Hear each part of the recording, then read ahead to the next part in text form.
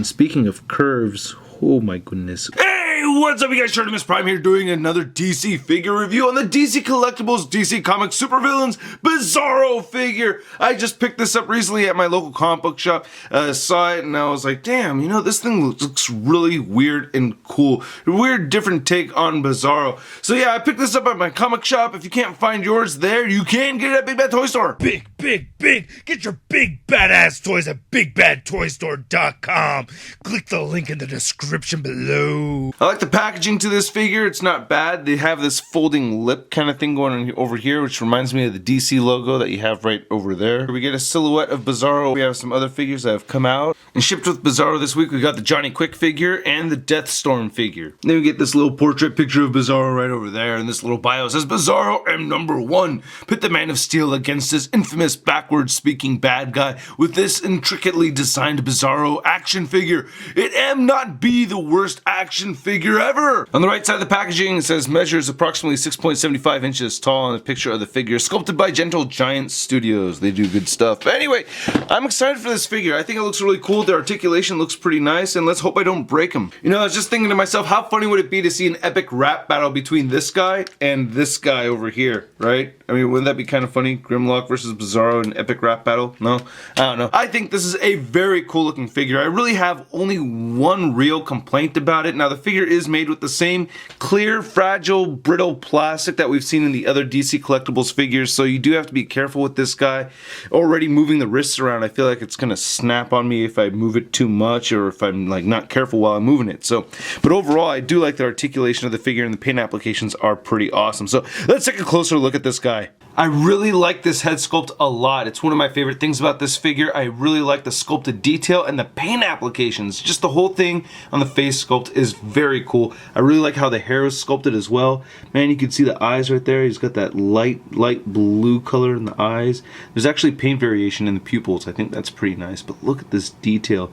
You know, like this purple and beige mixed in and out. And the hair has some nice detail on it too. I really like that a lot. I think this is just wonderfully done. Look at that, man. That is cool. I really like that paint shading.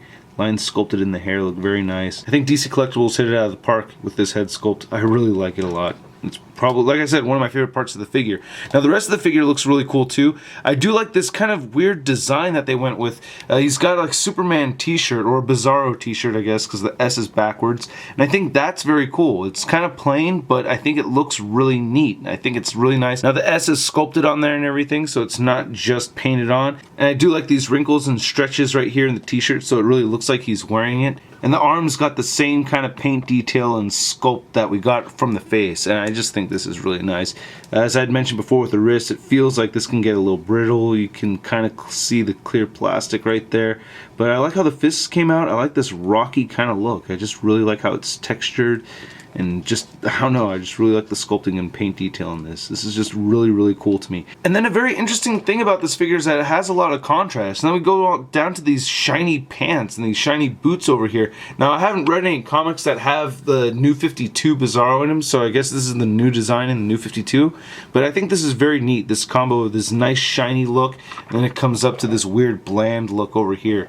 I think that's pretty awesome. So yeah, nice sculpted lines right here in the boots, nice treads sculpted at the bottom of the boots. Peg hole's only on the right foot over here. He comes with no base or anything.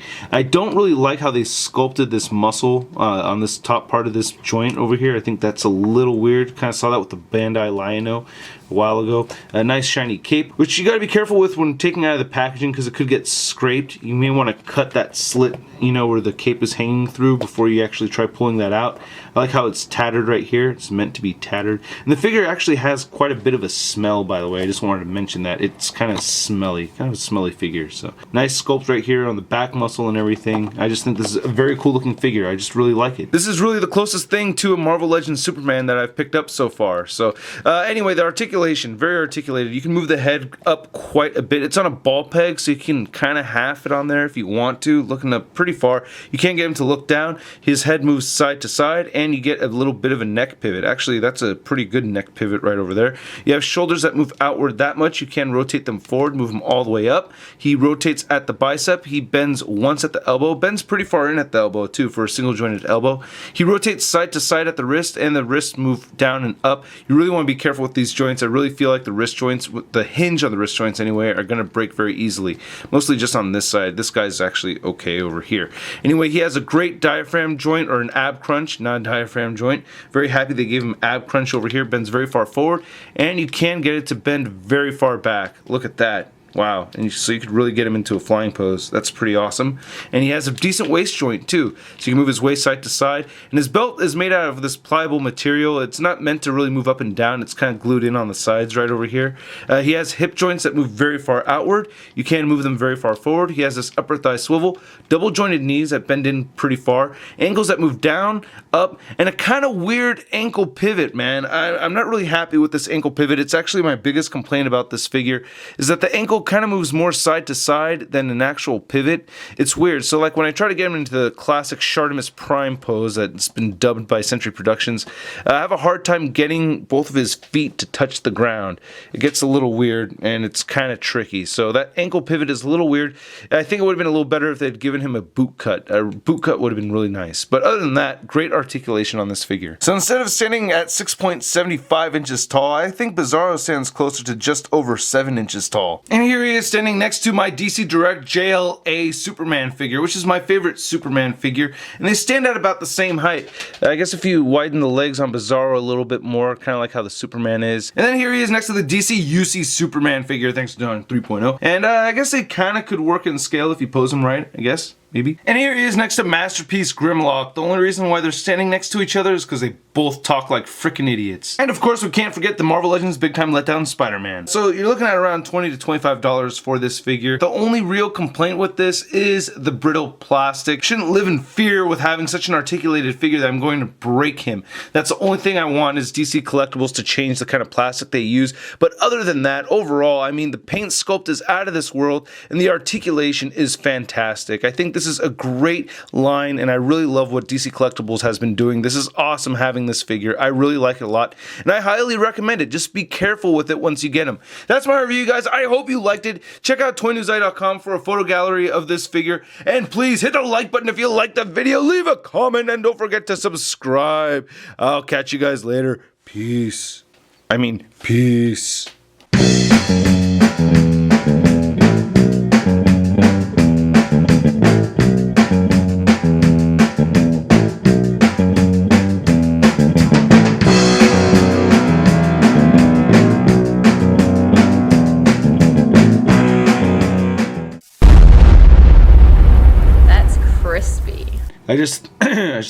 I think DC Collectibles,